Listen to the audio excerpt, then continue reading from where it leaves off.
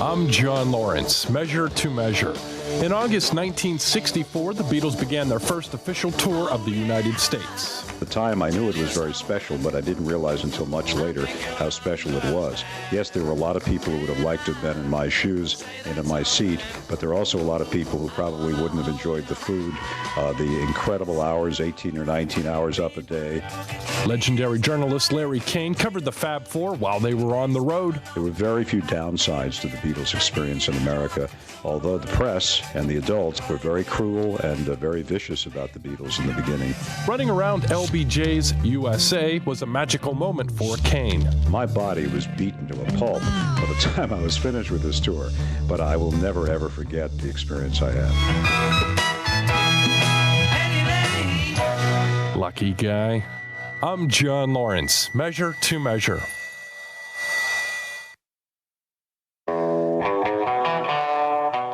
I'm John Lorinc, Measure to Measure. The Beatles' first official tour of the U.S. started in August 1964. My body was beaten to a pulp by the time I was finished with this tour, but I will never, ever forget the experience I had. Legendary journalist Larry Kane covered the Fab Four while they crisscrossed LBJ's USA.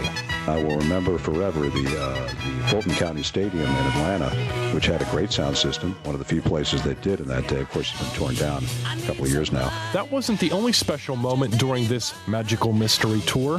Their actual onstage performance, when it could be heard, was as if you were listening to, in those days we call a record, or a CD today. It was absolutely spectacular and flawless. I'm not surprised. I'm John Lorinc, Measure to Measure. I'm John Lorinc, Measure to Measure. In February 1964, the Beatles conquered Lyndon B. Johnson's United States of America. Pop culture got changed, television got changed, the way we dress, clothes, every aspect of life changed. Pop historian Martin Lewis says the Fab Four avoided shortcuts and they always focused on improving their output. They could have taken the easy way out of just doing the same old thing, but they grew, and when they grew, everybody followed them.